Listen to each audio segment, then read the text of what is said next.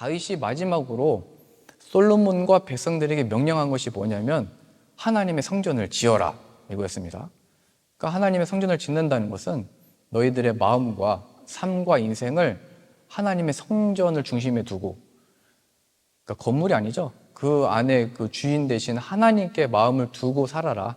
그러니 이 성전을 지어서 하나님을 만나러 거기로 가고, 기도도 그곳으로 가고, 하나님과의 교제도 그곳에서 하고, 이것을 이제 말했던 것입니다. 근데 오늘 본문에 또 뭐라고 표현됐냐면요, 그 성전의 설계를 누가 주셨다고 표현을 했냐면 하나님이 주신 것이다, 이렇게 표현을 한 것입니다. 이스라엘 백성들이 나아가야 될 방향, 또 솔로몬이 이제 왕이 돼서 어떤 지혜로서 뭔가를 이 땅에서 자신의 이 나라에서 펼쳐나갈 때 뭔가 이 설계가 필요한 것입니다. 우리가 인생을 어떻게 살아갈 것이냐, 신앙생활을 어떻게 할 것이냐, 어떻게 하면 이 믿음과 이 인생을 어떻게 살아갈 것이냐라고 했을 때 그 모든 설계를 하나님이 가지고 계시다라는 것을 오늘 본문이 보여주는 것입니다. 다윗과 그 이스라엘 백성들이, 하나님을 섬길 자들이 이 오랜 성경의 기록에 남아있듯이 이 기록을, 하나님이 구원의 이름을 다윗 안에 남기신 이유는 이제 예수 그리스도 안에 우리들을 하나님의 이 생명책, 구원받을 자의 명단에 넣으신 이유는 하나님이 디자인한 대로 살도록 하기 위해서 기록해뒀다는 것을 보여주게 되는 것입니다. 이게 지금 단순히 다윗이 하나님을 섬기고자 하는 마음으로, 하나님에 대한 그 사모하는 마음으로 성전을 짓고자 하는 마음이 들었을 때 다윗이 알아서 자기가 원하는 대로 이 모양과 공간과 용도를 설계를 한 게 아니고요, 하나님이 다 지혜를 주시고 하나님의 영으로 충만케 하셔서 모든 건물의 디자인과 용도와 각 그릇의 무게까지도 하나님이 알려주셔가지고 그 자세한 모든 것을 다 기록하고 설계도를 남겨서 솔로몬에게 이대로 만들어라 라고 하면서 주게 된 것입니다. 그래서 놀랍죠? 하나님을 섬기는 것, 하나님을 만나는 것, 하나님께 그 교제를 이루는 것은 하나님의 디자인, 하나님의 방법으로 나가야 되는 것이다를 또 보여주게 되는 것입니다. 우리는 이 하나님을 우리의 생각대로, 우리의 마음대로, 또 우리의 뜻대로, 우리의 경험대로, 아니면 나의 상상대로 하나님을 섬기기를 좋아하는 것이 우리들입니다. 그런데 하나님은 하나님의 뜻대로 하나님을 섬기기를 원하시고요, 하나님의 방식대로 하나님을 따르기를 원하신다는 것을 보여주게 되는 것입니다. 만일 솔로몬이 아버지는 이제 하나님이 부르시면 그만이니까 이제 내가 왕이니까 내 뜻대로, 내 방식대로, 또 나는 지혜가 있고 똑똑한 자니까 내가 잘 통치하고 내가 하나님께 구해서 하면 되겠지, 이렇게 자만심에 그건 빠지게 되는 것이잖아요. 그런데 이제 솔로몬이 자신의 지혜와 능력으로 하는 것이 아니라 다윗이 하나님께 받았던 그 디자인, 그 설계를 가지고 그대로 순종하여 이 뜻을 이루어 나가는 것입니다. 그래서 저는 여기서 몇 가지만 언급을 하면서 이게 다 무엇을 의미하는지 밝혀내야 하겠는데요. 지금 다윗은 하나님께 이 성전을 짓는 설계도를 받았다고 그랬잖아요. 이와 똑같이 모세도 이 가나안 땅에 들어오기 전에 광야 지내면서 내가 가나안 땅 들어갈 때 또 거기를 이동하면서 성막을 지어라라고 말씀을 하셨거든요. 그때는 텐트였죠. 지금처럼 이때 성전처럼 벽돌로 짓는 게 아니고 무슨 귀한 돌로 짓는 게 아니고 천으로, 기둥을 세워서 천으로 성막을 만들었었습니다. 그때도 하나님이 모든 설계와 모든 용도를 다 하나님이 디자인하셔서 다 알려주셨습니다.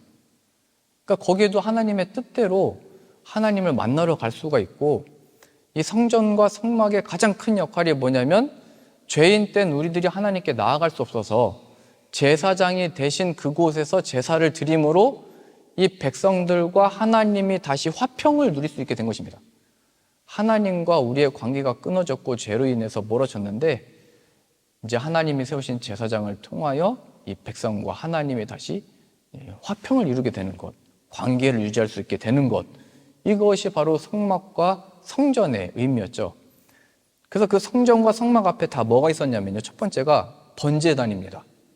짐승을 잡아다가 조각을 내고 불태워서 하나님께 그 향기를 드리는 그 번제단이 있었습니다.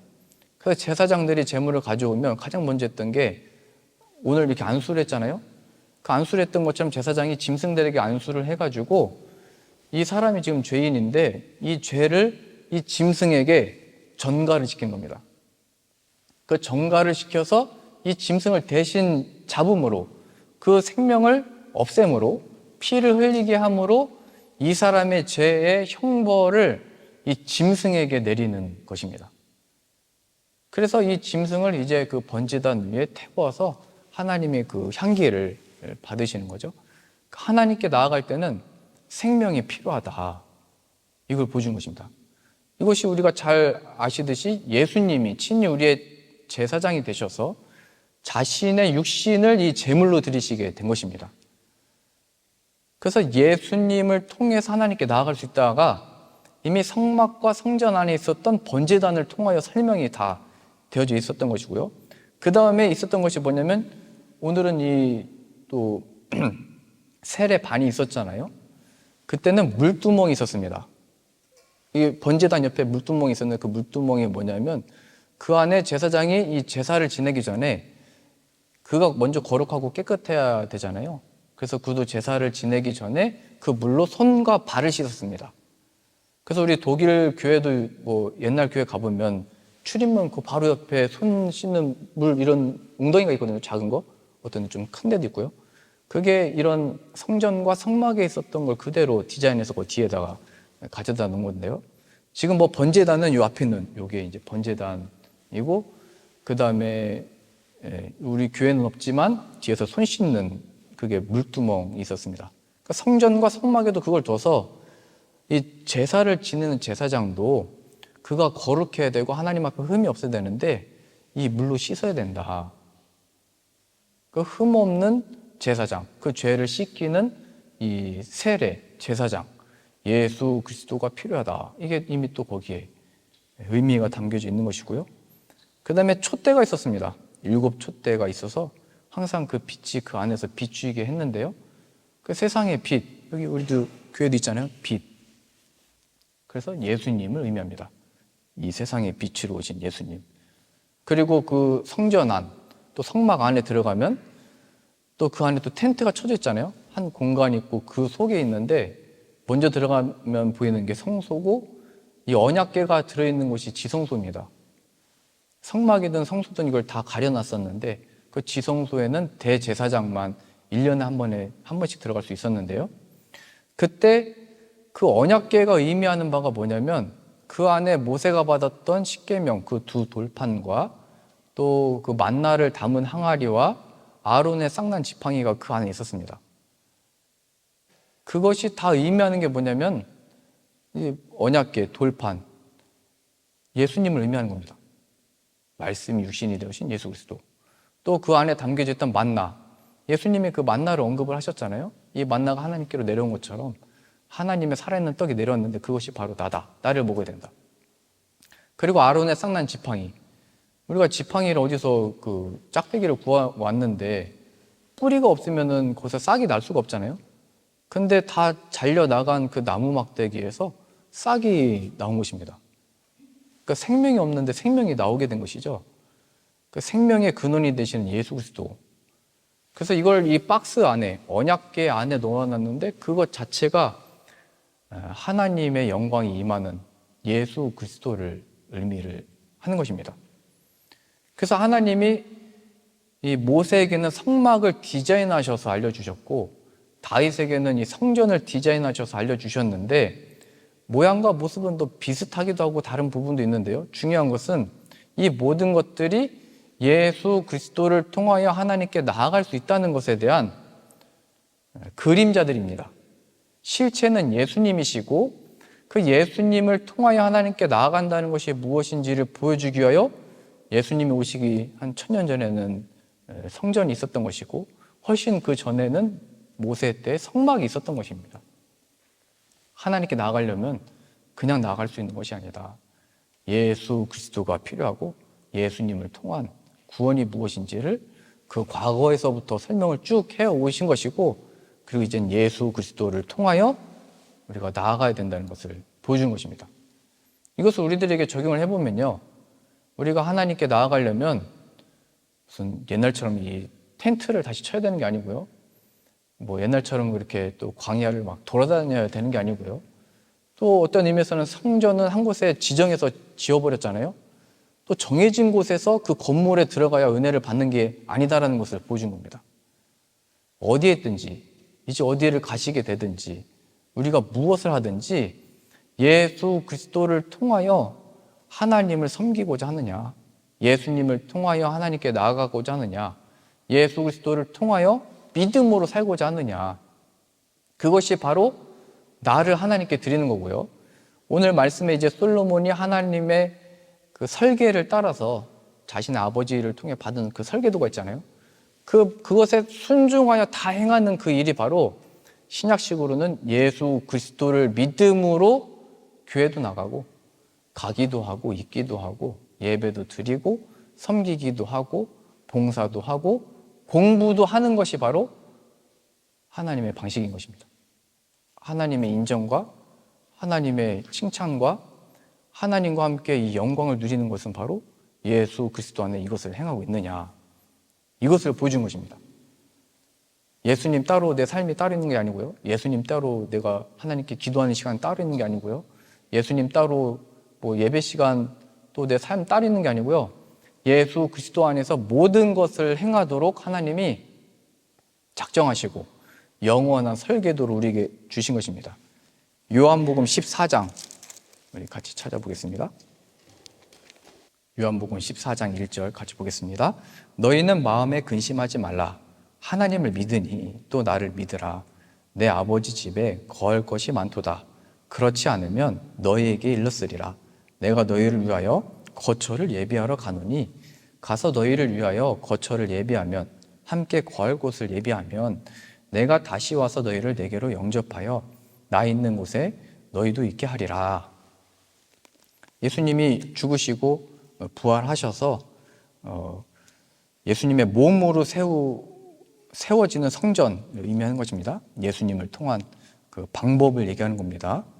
내가 나를 통해서 죽고 살아난 이 역사를 통해서 하나님과 함께하게 되는 그 역사를 내가 이룰 것이고 너희를 또 안내하러 올 것이다, 인도하러 올 것이다, 이렇게 말씀하신 것입니다. 4절입니다. 내가 어디로 가든지 그 길을 너희가 아느니라. 의심 많은 도마가 이렇게 얘기합니다. 5절입니다. 도마가 이르되 주여 주께서 어디로 가시는지 우리가 알지 못하거늘 그 길을 어찌 알겠사옵나이까. 뭐 의심한다는 얘기는 똑똑하다는 얘기죠. 예수님이 자꾸 지금 어디를 가신다고 그러고 뭔가를 준비하신 다음에 다시 오신다고 하는데, 근데 예수님이 지금 우리는 어디로 가신다는지 도무지 알아듣지도 못하고 이해할 수도 없습니다. 근데 그 길은 이미 예수님이 3번 정도, 뭐 지금은 한두 번 정도 말씀하셨는데요, 나는 죽고 살아날 거다를 반복해서 계속 말씀하셨습니다. 근데 이제 그거를 못 알아들으니까 내가 아버지께로 갈 거다, 이렇게 말씀하신 것입니다. 6절입니다. 예수께서 이르시되 내가 곧 길이요 진리요 생명이니 나로 말미암지 않고는 아버지께로 올 자가 없느니라. 그러니까 도마가 물었던 그 길은 방법인 겁니다. 방법. 예수님께서 하나님께 가신다고 그러고 하나님께 가서 뭔가를 준비하신다고 하는데 그게 뭐 어떻게 한다는 겁니까? 이게 몰라서 묻는 거죠. 뭐 지금식으로 얘기하면은 예수님을 믿음으로 지금을 살라고 하는데 예수님을 믿음으로 지금 내 문제가 뭐 어떻게 되는 겁니까? 예수님을 지금 믿음으로 지금 우리가 로마로부터 세금도 지금 50% 이렇게 다 뜯겨 나가고 삶도 힘든데 뭐 너무 어려운데 우리 기도 제목이 너무 많습니다. 그런데 예수님을 믿음으로 뭐 어떻게 하겠다는 겁니까? 예수님이 얘기하는 거죠. 내가 곧 길이요 진리요 생명이다. 그러니까 내가 방법이다. 계속 말씀하신 건데 도마는 이거 설명이 안 되잖아요. 그럼 뭐 어떻게 하겠다는 겁니까? 그 방법이 뭡니까? 계속 얘기를 하는 겁니다. 7절이요. 너희가 나를 알았더라면 내 아버지도 알았으리로다. 이제부터는 너희가 그를 알았고 또 보았느니라. 8절입니다. 빌립이 이르되 주여 아버지를 우리에게 보여주옵소서. 그리하면 족하겠나이다. 예수께서 이르시되 빌립아 내가 이렇게 오래 너희와 함께 있으되 내가 나를 알지 못하느냐? 나를 본 자는 아버지를 보았거늘 어찌하여 아버지를 보이라 하느냐? 지금 이제 도마하고 말이 안 통하니까 이제 빌립도 답답해서 얘기하는 거죠. 그러지 말고 그냥 하나님을 보여주십시오. 그럼 우리가 믿겠습니다. 어디를 가신다고 하는 건지 또 어떤 방법을 한다는 건지를 그냥 믿겠습니다. 그러니까 하나님을 보여주십시오. 이렇게 얘기를 한 겁니다. 자, 이게 중요한 게 뭐냐면요. 모세 때는 성막을, 텐트를 쳐가지고 하나님의 영광이 저 안에 임했다. 이게 상징성을 가진 건물이었습니다. 그래서 그 위에 이 텐트가 쳐지면 그 위에 하나님의 구름 기둥과 불 기둥이 그 위에 임했고요. 그리고 이 텐트가 이동을 해야 될 때는 그 구름 기둥과 불 기둥이 앞으로 이동하면 텐트를 다시 걷어서 따라갔어야 됐습니다. 그래서 모세 시대 때는 하나님이 함께 계심과 우리가 뭐를 중심에 두고 살아가야 되는지를 가시적으로 눈으로 보이도록 역사를 하신 거죠. 그래서 이스라엘 백성들이 그 텐트를 움직이지 않을 때 불기둥과 구름기둥 예수 그리스도를 의미하거든요. 그게 서 있는 곳에 텐트를 치고 그곳이 바로 하나님이 계신 곳이다. 그래서 이게 가만히 있을 때는 12지파니까 세지파 동서남북으로 모든 텐트를 쳤고요. 세 지파씩. 그리고 그 모든 사람들도 텐트에서 잤거든요. 텐트의 출입문을 어디로 냈냐면 이 성막을 중심으로 텐트에 입구를 냈습니다. 동쪽은 서쪽으로 내고 서쪽은 동쪽으로 내고 북쪽은 남쪽으로 내고 남쪽은 북쪽으로 내서 이 자신의 텐트를 열고 집에서 나갈 때는 그 앞에 성막이 있는 겁니다. 그러니까 하나님이 우리들의 중심에 있어야 된다. 그리고 이 하나님이 나가시면 따라가야 된다가 모세 시대 때는 눈에 보이는 성막으로서 설명이 된 거죠. 그리고 지금 다윗 시대 때는 그 설명이 바로 하나님은 우리와 영원히 함께 계시고 우리의 기도를 들으시고 하나님이 우리 가운데 영원히 함께 계신다의 상징이 바로 성전이었던 겁니다. 성전. 그러니까 지금 빌립이 얘기하기를 또 도마가 얘기하는 거예요. 이것처럼 하나님의 영광이 임한다는 실제적인 성막이나 성전이나 이걸 보여주십시오. 이렇게 물은 거거든요. 왜 이렇게 물어봤냐면 그 앞에서 계속 예수님이 제자들이 늘 그랬거든요. 예수님 저 성전을 한번 보십시오. 얼마나 웅장합니까? 헤롯 대왕을 통해서 다시 재건된 저 성전이 얼마나 웅장하고 이것이 바로 하나님이 우리를 사랑하시고 함께 계시고 구원한다는 증거입니다. 이 성전이 다시 세워진 걸 보니까 우리가 로마로부터 정말 다시 독립을 하고 영광을 취할 것 같습니다. 이렇게 얘기를 하니까 예수님이 뭐라고 말씀하셨냐면요. 돌 위에 돌 하나가 남지도 않을 거다. 이런 말씀하신 겁니다. 그리고 그 성전에 나가서 다 장사하고 뭐하고 다른 데 관심 갖는 사람들 가운데 다 엎어버리시면서 사람들이 다 뭐라고 할 때 예수님이 뭐라고 말씀하셨냐면요. 내가 3일 만에 이 성전을 세우리라. 그 말씀하신 겁니다. 3일 만에 세우신다는 것은 그가 자신의 죽음과 부활을 의미하죠. 자신의 이 살과 피로써 세워지는 성전, 내가 거처할 곳을 예비하고 다시 돌아오겠다. 그러니까 내가 지금 가서 팔려가고 죽임을 당하고 하나님의 부활의 생명으로 다시 찾아와서 너희도 거기로 인도할 것이다. 그러니까 예수님이 세우시는 성전 얘기하는 겁니다. 근데 제자들은 자꾸 눈에 보이는 것과 눈에 보이는 능력과 눈에 보이는 어떤 증거들을 찾았던 것이고 표적을 찾았던 것이고 그랬던 거잖아요. 그래서 예수님이 이렇게 말씀하신 거예요. 9절입니다. 요한복음 14장 9절이요. 예수께서 이르시되 빌립아 내가 이렇게 오래 너희와 함께 있으되 내가 나를 알지 못하느냐? 나를 본 자는 아버지를 보았거늘 어찌하여 아버지를 보이라 하느냐? 내가 방법이다 얘기하는 겁니다. 내가 성전이고 내가 하나님의 뜻의 성취다. 내가 곧 그래서 길이고 방법이고 내가 진리고 변하지 않는 방법이고 생명이다. 생명을 얻는 이게 방법이 바로 나다. 나를 본 자가 하나님을 본 것이다. 왜냐하면 하나님의 뜻이 내 안에 있고 내가 하나님의 뜻대로 행하기 때문이다. 마치 모세가 하나님의 뜻대로 그 모든 것들을 만들고 그 안에서 하나님을 섬겼고 하나님께 나아갈 수 있었던 것처럼 예수님만이 방식이라는 거예요. 방법이라는 거예요. 하나님의 뜻이라는 겁니다.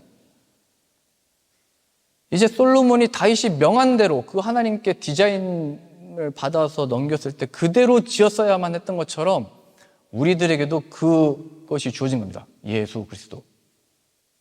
근데 우리는 끊임없이 이 도마와 빌리처럼 계속 얘기하는 거죠. 그래서 예수님을 어떻게 하라는 겁니까? 예수님으로 뭐가 내 삶에, 또 우리의 형편에, 우리의 가정에, 교회에, 우리의 미래에 그것이 무엇을 보여줍니까?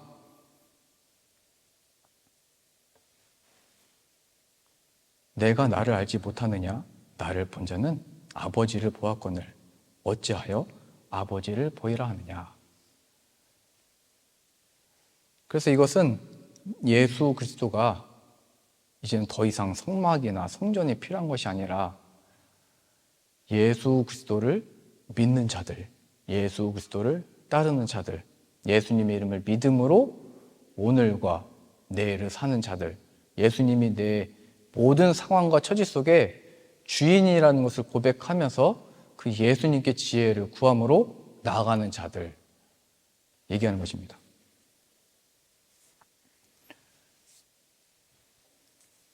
예수님을 통한 이러한 우리들의 삶은 하나님의 디자인입니다. 쉽게 얘기해서 하나님의 뜻인 거고요. 그 가운데 우리가 하나님의 뜻하는 대로 살 거냐, 하나님 내 방식과 내 경험과 내 뜻대로 살 거냐가 늘 그 대립을 하게 된 것입니다. 그때 온전히 우리들의 경험과 간증은 예수 그리스도 안에 답이 있었구나, 예수 그리스도 안에 정말 이 하나님의 인정이 있었구나를 고백하게 되는 것입니다. 우리 한 구절 더 찾아보겠습니다. 오늘 본문 말씀 다시 가보시죠. 역대상 28장 20절입니다. 역대상 28장 20절입니다. 이제 두 번째인데요. 또 그의 아들 솔로몬에게 이르되 너는 강하고 담대하여 이 일을 행하라. 두려워하지 말며 놀라지 말며 내가 여호와의 성전 곧 공사의 모든 일을 마치기까지 여호와 하나님 나의 하나님이 너와 함께 계시사 내게서 떠나지 아니하시고 너를 버리지 아니하시리라. 이건 하나님의 디자인이기 때문에 하나님이 너와 함께 하실 것이고 너로 하여금 이것을 할 수 있는 능력과 지혜와 모든 충만함을 다 부어주실 것이다. 그러면서 21절 나온 것도 모든 내 백성들이 이걸 다 도울 거다. 이건 하나님의 디자인이기 때문에 그렇다. 솔로몬, 너의 삶은 하나님의 디자인 가운데 있는 것이다. 그러니 그 디자인, 하나님의 설계, 하나님의 뜻을 따라서 살아야 된다. 우리에게 이제 적용을 하겠습니다. 마태복음입니다. 마태복음 28장, 우리 한 구절 더 보겠습니다. 마태복음 28장 18절입니다.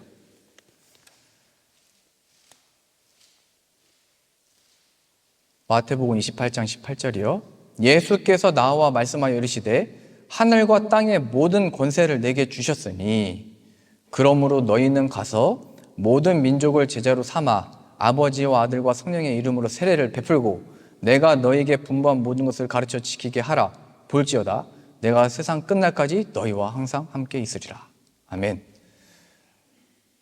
예수님이 말씀하시고 함께 하시는 증거와 함께 하시는 이유에 대해서 분명하게 말씀하신 것입니다. 그것은 더 이상 무슨 성막이나 성전이나 눈에 보이는 어떤 역사들이 아니고요, 어떤 기적이나 어떤 표적들이 아니고요, 오늘 우리가 행했듯이 아버지와 아들과 성령의 이름으로 세례를 베푸는 것, 예수 그리스도 안에 하나님의 백성을 부르시는 것을 나타내는 것, 하나님의 살아계심과 역사심을 증거하는 것, 이 모든 역사가 예수 그리스도를 통하여 우리들에게 주어진 은혜임을 나타내는 것, 이렇게 쓰시기 위하여 끝까지 함께 하시겠다고 말씀하신 겁니다.